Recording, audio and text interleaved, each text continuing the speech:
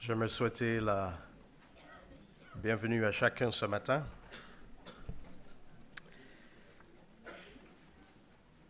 Apparemment, je suis à votre service pendant quelque temps, en tant que deuxième pasteur de cette église. C'est un privilège, bien sûr. Je pense que Créteil représente peut-être la plus grande église parisienne, ou dans les banlieues de Paris, réunie en un seul lieu. Et donc, c'est un défi pour cette église de représenter dans cette région l'enseignement et l'esprit de l'église. Et bien sûr, cette belle jeunesse que je vois, quel défi vous avez également de représenter dans ce monde et parmi les jeunes. Quelles sont vos valeurs, vos vies, votre éthique et bien sûr la joie de connaître le Sauveur Jésus-Christ. J'espère pouvoir vous servir, bien sûr, autant que possible. Je suis disponible pour répondre à vos questions, vous rencontrer dès que possible, tout en sachant que je garde la responsabilité de la jeunesse encore pendant quelques années. Donc je dirais tout simplement aux membres d'église de Créteil, c'est une joie pour moi de pouvoir vous servir à côté du pasteur Samuel Saint-Élie. Il est vrai que ma présence ne sera pas hebdomadaire, mais je serai avec vous et avec Elancourt et les autres groupes d'église, groupes de croissance, groupes de maison, autant que possible. Je signale que, juste une information générale, que j'ai l'habitude, depuis quelques années, de prendre des rendez-vous avec des membres d'église au 130 boulevard de l'hôpital, qui facilite bien sûr la prise de contact et bien sûr qui facilite pour beaucoup par rapport au transport et le timing de pouvoir rencontrer un pasteur. Donc voilà une introduction brève de ce que je souhaite faire et vous offrir ici à Créteil. Mais Dieu est grand, il est plus grand que tout le monde. Son Église est une institution que lui-même il nous a laissée. Et j'aimerais parler de cela ce matin en espérant qu'à la fin de ce message, ce moment de réflexion autour de la parole, nous puissions comprendre un peu de ce que Dieu voulait pour son Église. Et donc, sans plus tarder, je remercie déjà ceux qui ont fait la louange, ceux qui ont essayé de créer un esprit vers la louange et l'adoration. Prions donc, chers amis, ensemble.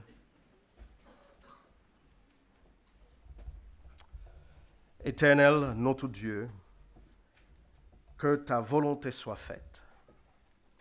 Mais surtout, Père, que ta lumière d'en haut, à travers ton esprit, nous éclaire et nous donne de l'espoir et nous donne de confiance en ton amour pour nous et pour chaque être humain. Au nom de Jésus-Christ. Amen. Donc, je disais bienvenue à chacun, membre d'église, sympathisant, visiteur, jeune, enfant. Je vous invite à tourner vos Bibles dans Matthieu chapitre 15, là où nous avons fait lecture. Et dans ces quelques premiers versets de 1 à 9, je souhaite souligner juste quelques points sans pour autant être exhaustif concernant ce passage. Parce que le chapitre de Marc 7, le chapitre 7 de Marc est plus explicite que le chapitre de Matthieu. Mais j'ai choisi Matthieu parce que c'est l'introduction à la suite.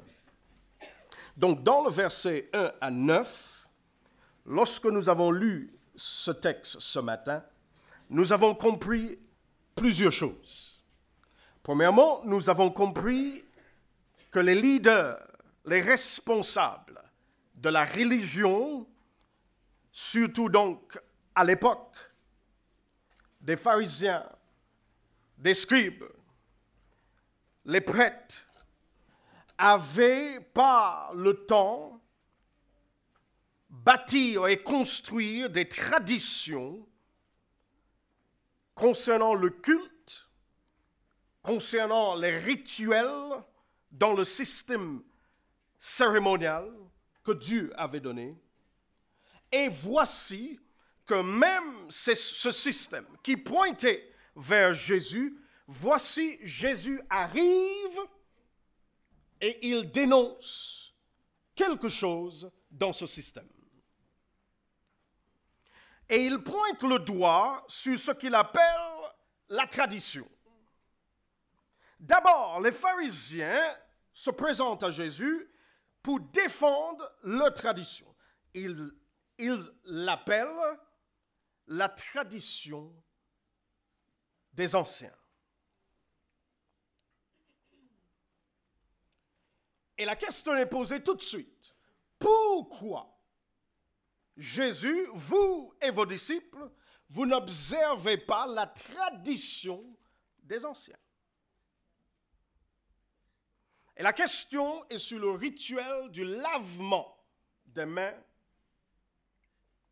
parce qu'à l'époque, il y avait ce rituel qui était de se laver avant de manger, qui a été pris du rituel du sanctuaire, où avant d'entrer en service, avant de représenter Dieu dans une quelconque manière, les hommes se lavaient les pieds et les mains.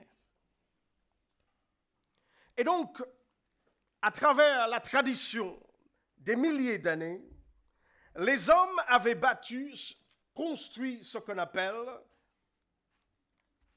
le Talmud, un livre de loi, un livre rempli des milliers et des milliers de lois. Tellement que ceux qui voulaient suivre Jésus, comprendre qui était Jésus, le Messie à venir, n'avaient plus aucune compréhension à ce propos.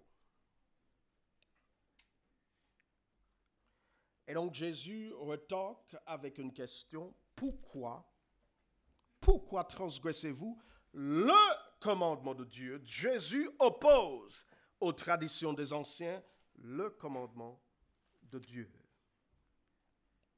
Parce que, à profit de votre tradition, vous annulez le commandement et la parole de Dieu.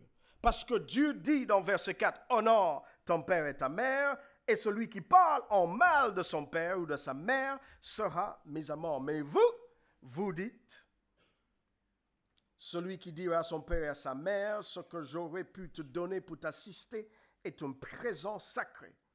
Celui-là n'a plus à honorer son père ou sa mère. Donc, maman et papa peuvent crever parce qu'il faut donner d'abord aux prêtres à la maison de Dieu.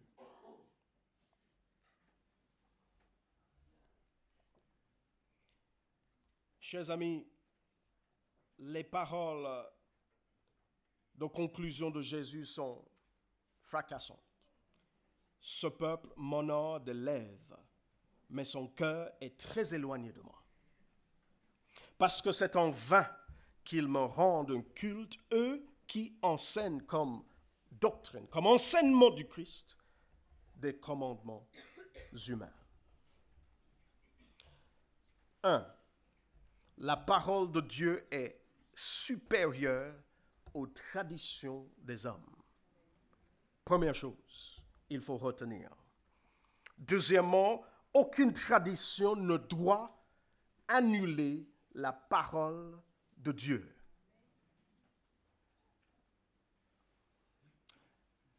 Je pense qu'il est nécessaire de définir un peu la tradition. Ce que je veux dire par tradition. Ce que je veux dire par tradition, c'est tout un système de lois, de recommandations, de prescriptions, d'ordonnances transmises à travers du temps de l'un à l'autre dans un système, dans un mouvement permettant de régler les activités de ce mouvement.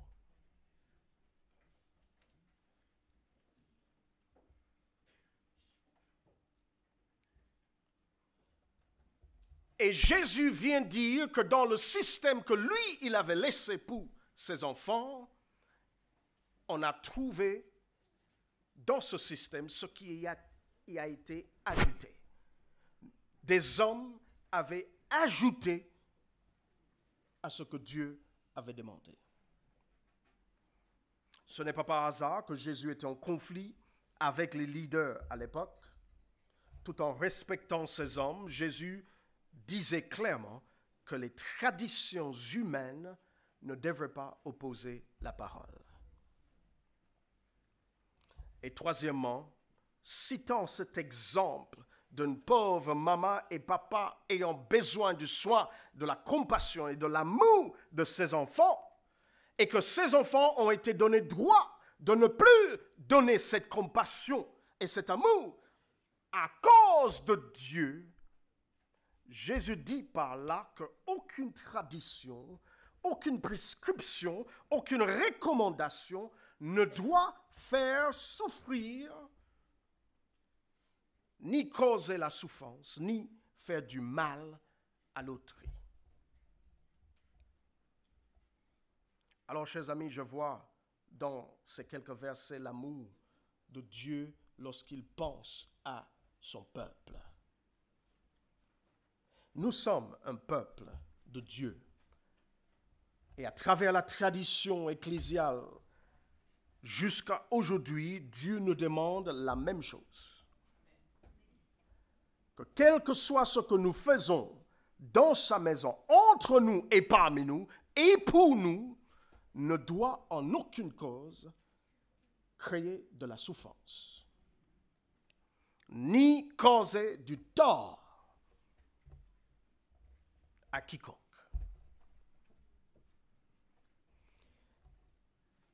J'établis cela, chers amis, pour que nous puissions comprendre donc maintenant quelle est l'Église que Dieu, Jésus, a voulu laisser. Parce que quelque temps après, Jésus explique son Église, juste dans le chapitre suivant. Dans le chapitre suivant, dans Matthieu 16, la Bible nous dit clairement que Jésus a choisi de construire son Église, de bâtir son Église, d'établir son Église.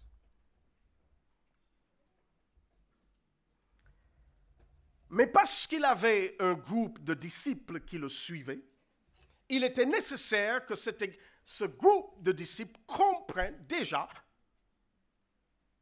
qu'est-ce que Jésus allait faire et comment il allait le faire.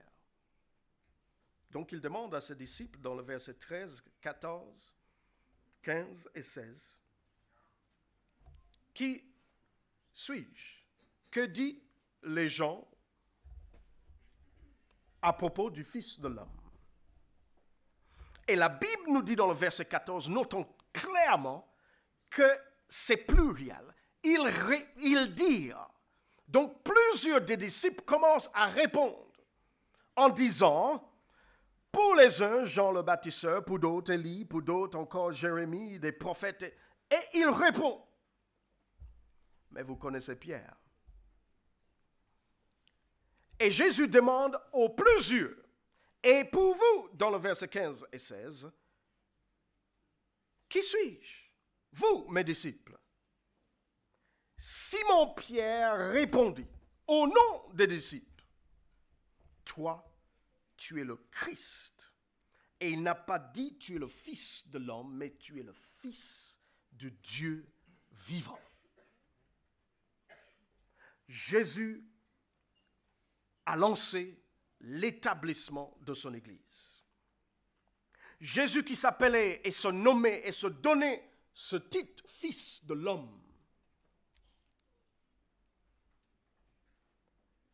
a su faire sortir de ses disciples cette reconnaissance de sa personne, de sa divinité, de son titre et de son pouvoir. Et non seulement de son pouvoir, mais de son autorité. Pierre dit au nom des disciples, tu es le Christ, le Messie, tu es le Fils du Dieu vivant. Alors Jésus éclate dans la joie, il a dit, heureux es-tu Simon, fils de Jonas, car ce ne sont pas la chair et le sang qui t'ont révélé cela, mais mon Père qui est dans les cieux. Alors là, il lance, moi, Fils de Dieu vivant, le Messie, je te dis Pierre, toi Pierre, Pétros, tu es Pierre, une petite pierre.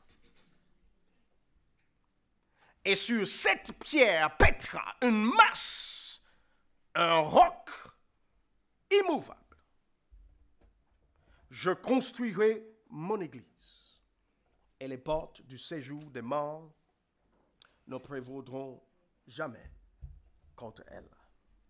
Chers amis, il y a eu beaucoup de confusion concernant Pierre.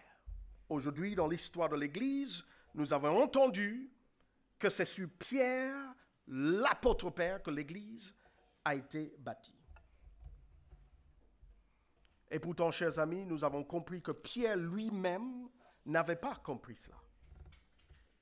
Les hommes qui étaient avec Jésus, qui pouvaient parler avec Jésus, pouvaient comprendre, le regarder droit dans les yeux, demandant des explications de ses propos, ont écrit explicitement qu'ils avaient compris que ce n'était pas Pierre, mais c'était Jésus lui-même lorsqu'il parle du roc sur lequel sera bâtie cette église.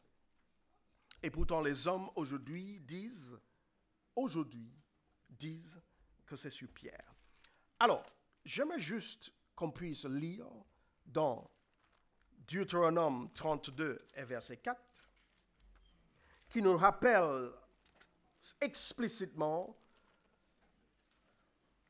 que cette notion du roc était bien connue. 32 et verset 4, ici, le chant de Moïse exprime clairement, parlant de Dieu, rendez hommage à Dieu, verset 3, il est le rocher, son action est parfaite, car toutes ses voies sont équitées, c'est un Dieu de constance, pas d'injustice, en lui il est juste et droit. La notion du rocher, symbole de la personne de Dieu, était déjà connue dans l'Ancien Testament. Ésaïe 28. Ésaïe 28.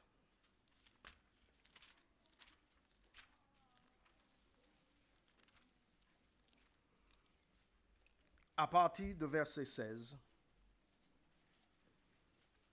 Parlant de la pierre angulaire, pour nous rappeler, chers amis, que cette notion de la pierre angulaire ne venait pas de Pierre, l'apôtre Pierre, mais ça venait déjà d'Ésaïe le prophète, parlant de la pierre angulaire, disant, à cause de cela, verset 16, ainsi parle le Seigneur Dieu, j'ai mis pour fondement en Sion une pierre éprouvée, une pierre angulaire, de prix, solidement fondée. Celui qui la prendra pour appui n'aura pas à se hâter. L'Ancien Testament avait déjà compris cela, pointant vers le Messie comme étant la pierre angulaire. Alors, lisons maintenant l'explication de Pierre lui-même, chers amis. Dans 1 Pierre, chapitre 2, très important de prendre quelques minutes pour faire cela, juste pour faire la conclusion à la fin. 1 Pierre, chapitre 2, et verset 3. Approchez-vous de lui, pierre vivante, lui qui est la pierre vivante, rejetée par les humains, certes, mais choisie et précieuse aux yeux de Dieu, vous-même comme des pierres vivantes. Construisez-vous pour former une maison spirituelle, un saint sacerdoce, afin d'offrir des sacrifices spirituels agréés de Dieu par Jésus-Christ, car voici ce qu'on trouve dans l'Écriture. Je vais poser en Sion, et il cite Ésaïe, une pierre angulaire choisie précieuse, et celui qui croit en elle ne sera jamais pris de honte. L'honneur est donc pour vous qui croyez, mais pour les gens sans foi, c'est la pierre que les constructeurs ont rejetée qui est devenue la principale, celle de l'angle. Donc, chers amis, Pierre lui-même, faisant référence à Jésus, avait compris que c'est lui le fondement de l'Église que Jésus avait voulu construire. 1 Corinthiens, chapitre 3. 1 Corinthiens, chapitre 3. Je sais, ça a l'air d'être une étude biblique, mais peut-être c'est vrai.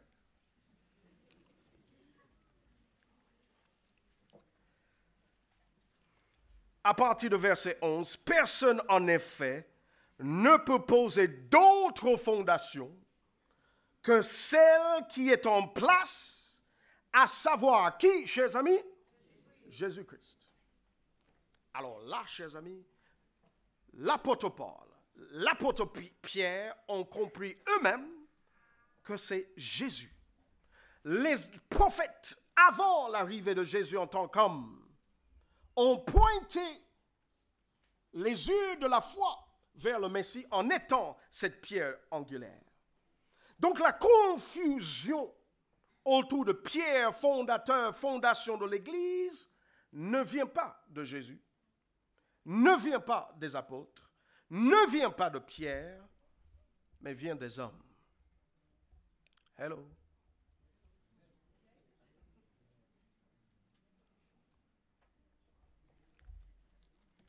Écoutez ce que l'histoire de l'Église nous dit.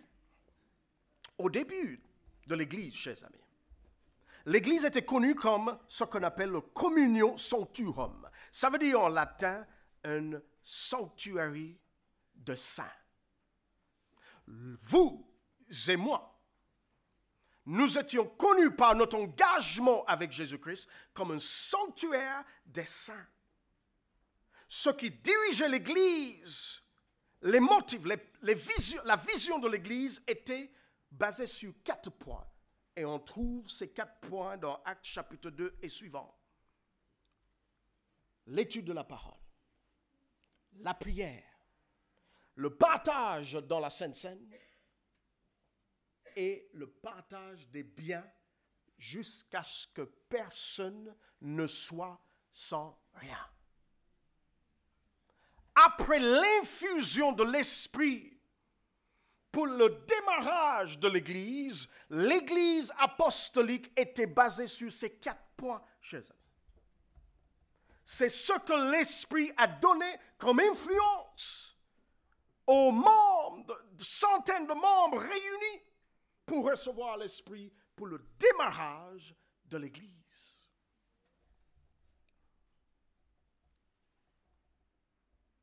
On se pose la question, comment fait-il qu'il y a des membres aujourd'hui, depuis le temps de la Pentecôte, qui sont toujours dans la souffrance, qui n'ont toujours rien?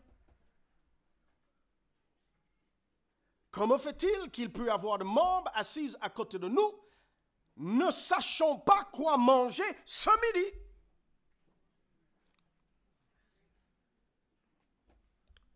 Bon, je pense que ça n'existe pas à Créteil. Ou peut-être vous n'étiez pas au courant que ça existe ailleurs. Mais ça existe, chers amis. Ça existe. Que nous pouvons avoir à côté de nous pendant 3 heures quelqu'un qui a faim, quelqu'un qui attend tout simplement que quelqu'un l'invite ce midi. Parce que cette personne ne sait pas ce qu'elle va manger ce midi.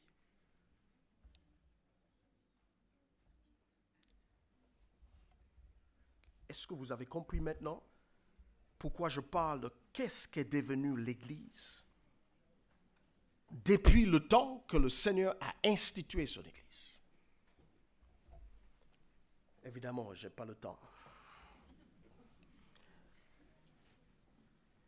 Ensuite, après avoir eu cet établissement de l'Église, il y a quelque chose qui s'est passé. Il y a eu la persécution roumaine,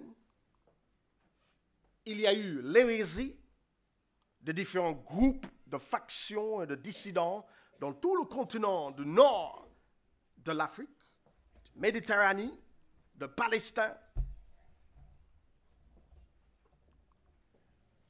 Et chers amis, les hommes ont commencé à se dire, attention, il y a des hérésies, il y a la persécution, il faut qu'on détermine comment identifier les gens chez nous. Et pour pouvoir le faire, il faut faire un code. Il faut avoir des règles.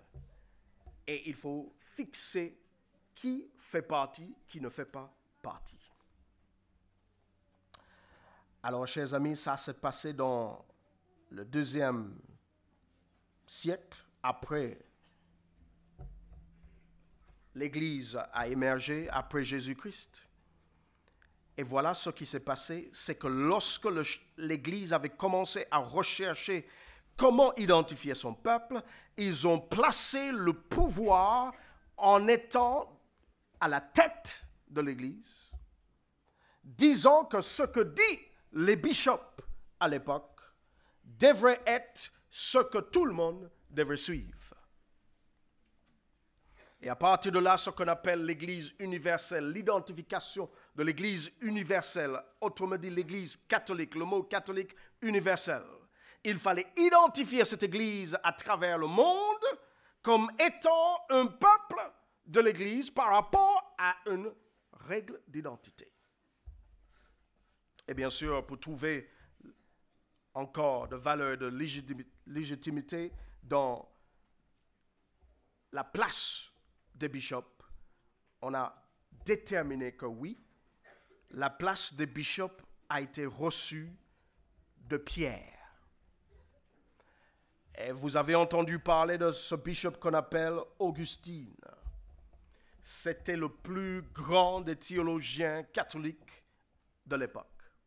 Et pourtant, Augustine, dans son discours, dans ses écrits, il laisse le lecteur décider est-ce que Pierre est vraiment la fondation sur quoi l'Église a été bâtie ou pas. Il ne le dit pas, chers amis. Pourtant, Augustine, chers amis, n'est qu'un théologien arrivant dans les 400 années après Jésus-Christ. Et les pères de l'Église à l'époque ne disaient pas ce même discours comme Augustine. Il y avait des hommes, si je me retrouve dans mon petit écran, les hommes comme Eusébius,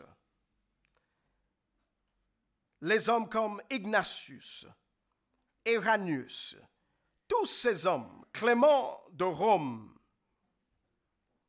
des hommes encore, Chrysostome, Hilary ou Hilaire d'Arles, tous ces hommes de l'histoire n'ont jamais pris Pierre comme étant la fondation de l'Église. Leo le premier Leo le premier était le premier pape qui a déclaré que l'autorité de Christ qu'il possède venait de Pierre. Chers amis, je vais vous dire quelque chose. Tout ce que Léo Ier a dit, tout ce trou d'indécision d'Augustine a permis à la théologie de l'Ouest, donc l'Europe de l'Ouest, toute cette théologie a été le fondateur des dérives que nous avons aujourd'hui, où l'homme pense qu'il a reçu un pouvoir de Dieu pour déterminer dans l'Église qui rentre dans le ciel et qui ne rentre pas dans le ciel.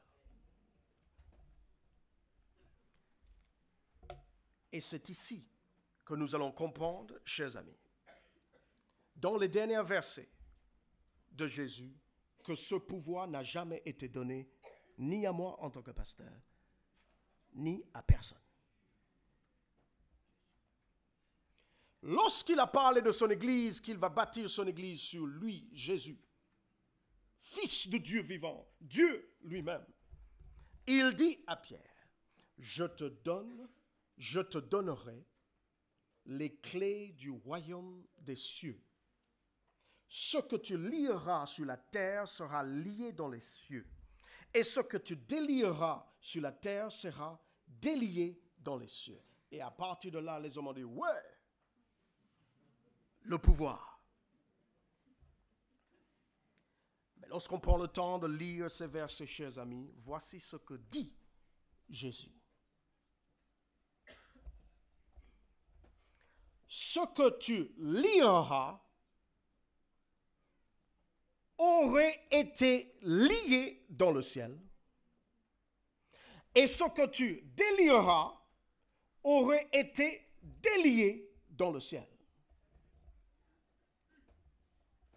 Ça veut dire, chers amis, ce n'est pas Dieu qui suit les décisions de l'Église et les hommes dans l'Église, mais ce sont des hommes qui doivent suivre ce que le ciel a déjà décidé. Et c'est pourquoi il a utilisé le mot, un symbole de pouvoir, je te donnerai les clés du royaume des cieux. Dans Luc chapitre 11 et verset 52, Luc chapitre 11 et verset 52, la clé de la connaissance, nous allons comprendre ce que ça veut dire. Quel malheur, c'est Jésus qui parle. Pour vous, les spécialistes de la loi, vous avez enlevé la clé de la connaissance. Vous-même n'êtes pas entrés. Et ceux qui voulaient entrer, vous les en avez empêchés. Donc, les clés de la connaissance permettent de faire entrer les gens ou faire sortir les gens. C'est la clé de la connaissance que Jésus dit. Et la clé qui détermine qui rentre et qui ne rentre pas. C'est le moyen d'entrer dans le royaume. La clé de la connaissance. Chers amis, chers amis, chers amis. L'Église, la croissance de l'Église n'est pas déterminée par sa croissance numérique. La croissance aux yeux de Dieu de son Église est déterminée par la croissance dans la connaissance de Dieu. Dans la connaissance. La clé de la connaissance. Lorsqu'on lit Jean chapitre 6, je suis désolé, mais on y va. Chapitre 6 et verset 33. Écoutez ce que veut dire les paroles de Jésus. 63. c'est l'esprit qui fait vivre. La chair ne sert de rien. Les paroles que moi, dit Jésus, je vous ai dites, sont esprit et sont vie, chers amis. Esprit et vie, les paroles de Jésus. Verset 68. Simon-Pierre a reconnu une fois de plus. Où irions-nous? Verset 68. Parce que tu as des paroles de vie éternelle, chers amis. Quand quelqu'un veut entrer dans le royaume, c'est parce il recherche la vie éternelle. Il n'y a aucun autre intérêt d'entrer dans le royaume. Si vous êtes focalisé sur Jésus, tant mieux. Parce qu'avec Jésus, il y a la vie. Avec Jésus, il y a la vie éternelle. Donc, on n'a même pas besoin de se focaliser sur la vie éternelle. Parce qu'en Jésus, il y a tout. Mais c'est juste pour faire l'emphase sur le fait que tout le monde a reconnu que la clé du royaume est la parole de Dieu, la connaissance dans la parole de Dieu. 1 Pierre chapitre 1, une fois de plus. Ok, je vais m'arrêter, ne vous inquiétez pas.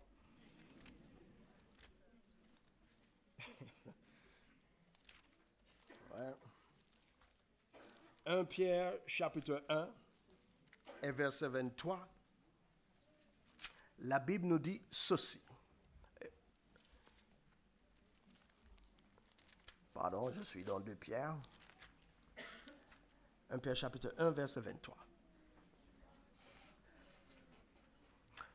Commençons à partir du verset 22. Comme vous vous êtes purifiés, comme vous vous êtes purifiés par l'obéissance à la vérité, en vue d'une affection fraternelle sans hypocrisie, aimez-vous les uns les autres avec ferveur, d'un cœur pur. Vous êtes en effet nés de nouveau, non pas d'une sémence périssable, mais d'une sémence impérissable par la parole vivante et permanente de Dieu, chers amis. Cette parole, la clé pour entrer dans le royaume. La clé pour entrer dans la vie éternelle. Prendre Jésus et prendre tout ce qu'il dit. C'est la clé pour entrer. Et donc, ce que Dieu a donné à Pierre et à tous les disciples, parce que lorsqu'il parle à Pierre, il parle à tous les disciples, parce que Pierre s'est fait autoproclamer spokesman, porte-parole. Il dit tout simplement, Pierre, vous les disciples, nous les disciples aujourd'hui, je vous donne l'autorité de parler en mon nom. Je vous donne le pouvoir de parler en mon nom, mais vous n'avez qu'un seul devoir, de faire entrer le peuple dans le royaume à travers la clé les clés de ce royaume, la connaissance de Dieu. Donc, chers amis,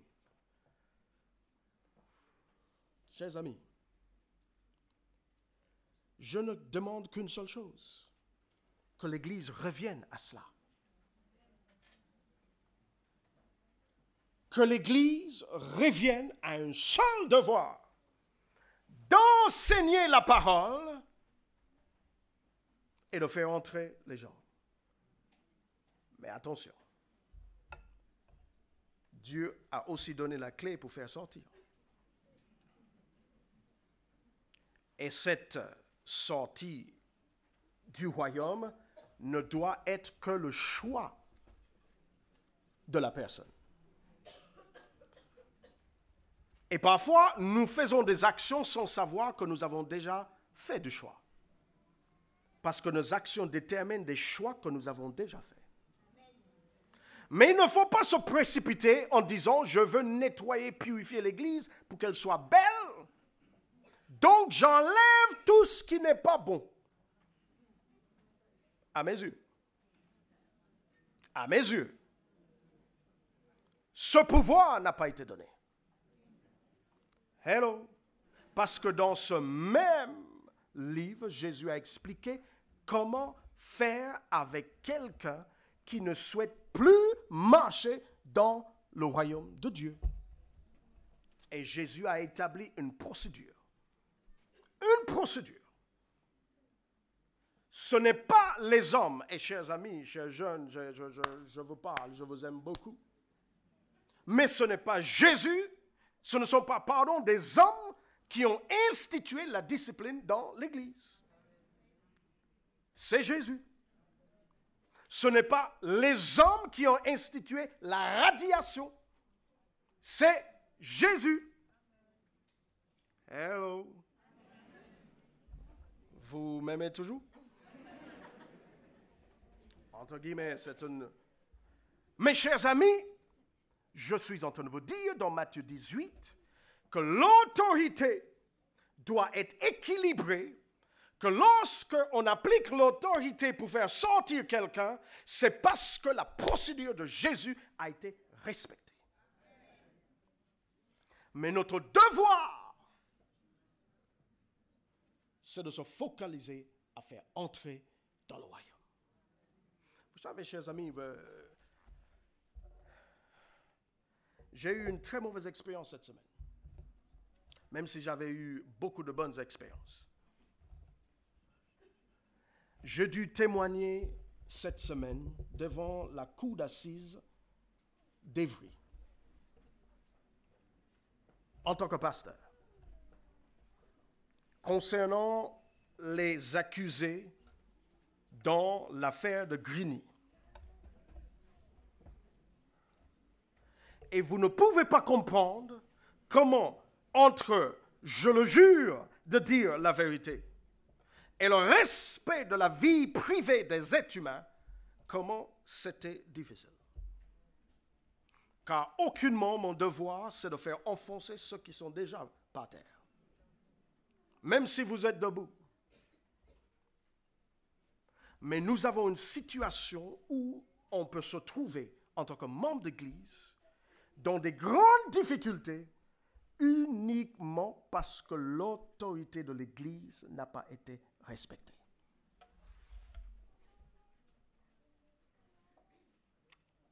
Et vendredi soir, hier après-midi, ces jeunes et un adulte ont reçu des sentences de 3 à 6 ans d'emprisonnement. Ferme. Ferme, chers amis. Des jeunes.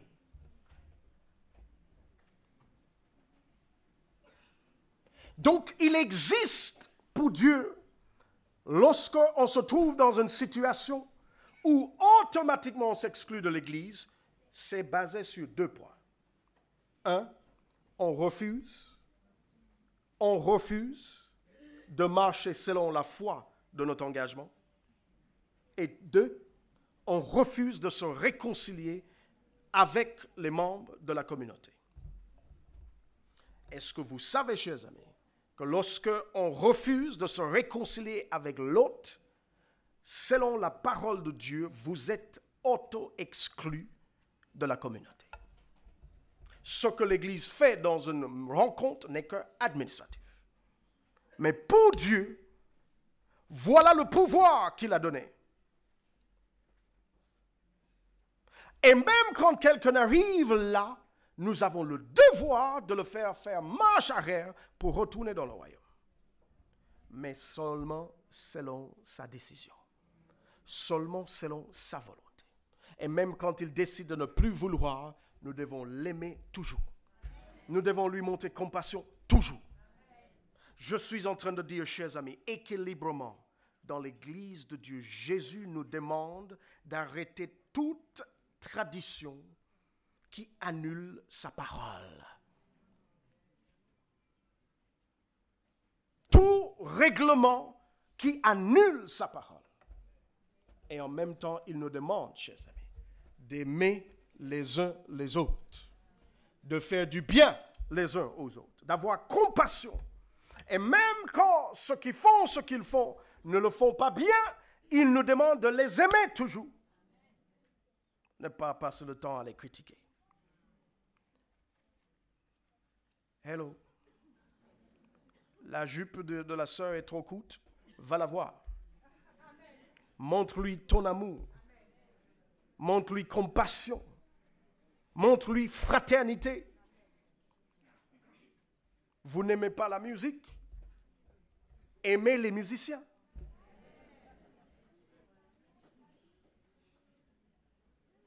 Vous n'aimez pas les chants qu'on chante? Aimez les paroles des chants. Et envoyez envers les personnes dans votre esprit tout votre amour, chers amis. Jésus nous demande de banaliser l'amour dans l'Église. Banaliser le pardon et permettre à chacun de vivre ce que ça veut dire d'être pardonné et d'être aimé, chers amis.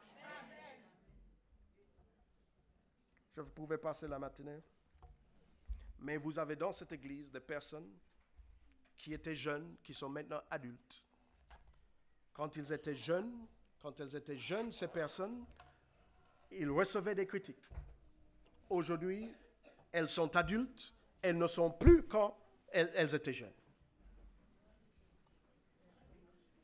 Si nous savons passer du temps avec quelqu'un pour les accompagner, les encourager, avec notre amour, par notre compassion, nous pouvons gagner plus et les personnes seront mieux, se sentiront mieux dans l'Église et ils ne sortiront plus de ces portes parce qu'ils savent, quelle que soit leur faiblesse, quelle que soit leur faute, ils sont aimés, chers amis. Amen. Cette Église de Dieu, c'est cette Église que je veux et c'est cette Église que je prêche.